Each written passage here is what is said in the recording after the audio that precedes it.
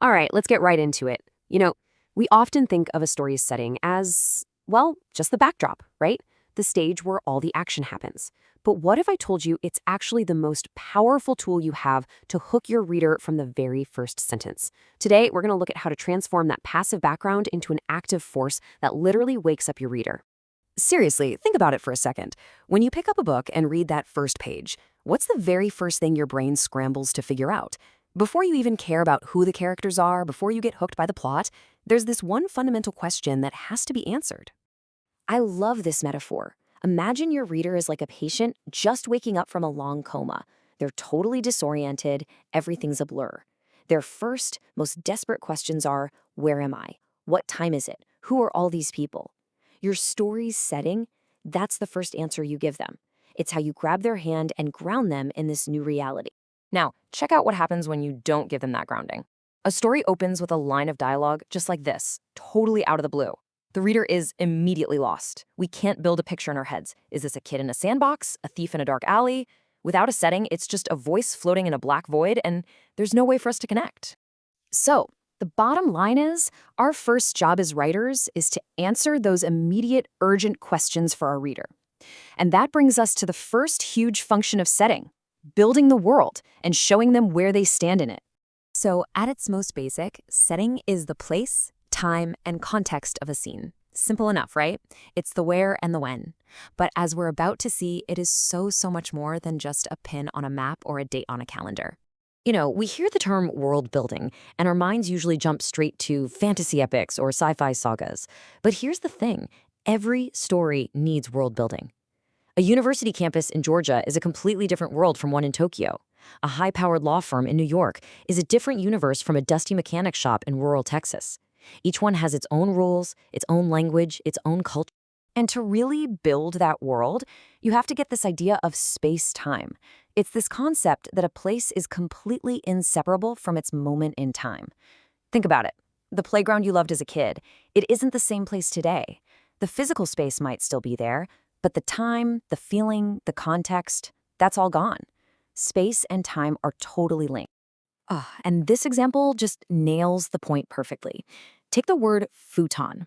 A futon in a modern college dorm room, it makes you think of late-night study sessions, cheap furniture, probably some pizza stains. But a futon in medieval Japan, that evokes a whole world of tradition, minimalism, honor, a completely different culture. It's the exact same object, but they exist in entirely different worlds. That's the power of space-time. Okay, so let's build on that. Once our patient, our reader, knows where and when they are, they start to look around. They notice the little details. And those details, they're not just decorating the scene. They are telling us who the characters are, and crucially, they're shaping how we feel. Let's say you're describing a father's apartment. What do you focus on?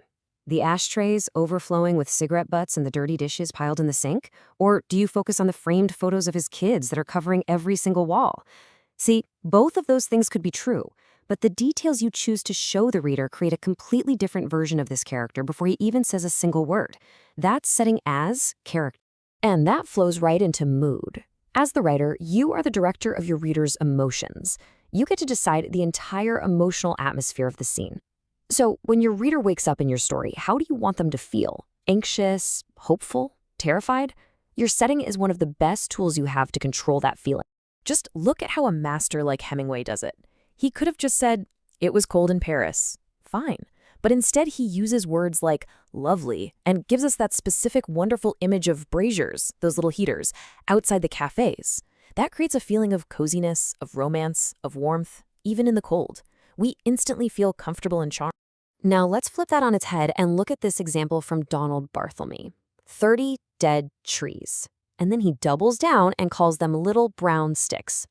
This image immediately creates a mood of failure, of disappointment, maybe even a little bit of dark humor. It perfectly sets the tone for everything that's about to happen, all through one simple description.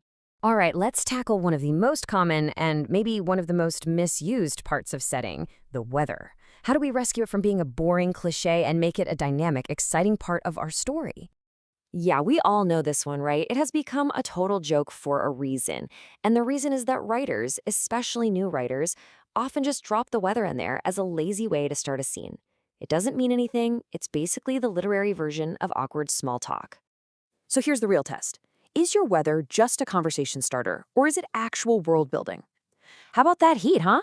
Yawn. Boring. But a line like, the temperature had been 120 degrees since February. The rooftops were melting. Whoa, that instantly tells us we're in some kind of extreme, maybe even apocalyptic world, where the weather isn't just happening, it's an oppressive, defining force. And you can take this idea to the next level. The weather doesn't just have to be a background element, it can be an active character in your story. Just think of Jack London's To Build a Fire. That story isn't just set in the freezing cold. The story is the man's fight against the cold. The weather itself is the bad guy, this relentless, deadly force he has to try and survive. That's when weather really, truly matters. So let's bring all these pieces together. We've seen that setting is so much more than just a location on a map. It's the tool you use to jolt your reader awake and pull them completely inside your story. So here's your roadmap, the 4 key steps. First, orient them. Answer where and when right away. Second, build their world. Show them the specific rules and unique details of this new reality. Third, use those details to reveal who your characters are. And finally, use your description to deliberately set the mood and make your reader feel something. And when you do all of this, when you put in that work, this is what happens. Your reader is no longer that confused patient in a hospital bed. They are wide awake. Their eyes are open, and they are living inside the world that you so carefully built just for them. They're grounded, they're engaged, and they're ready for whatever story you've got to tell. So that really just leaves us with one final thought. The power is all yours. Your reader is awake now, and they're waiting. The only question left is, what world are you going to show them?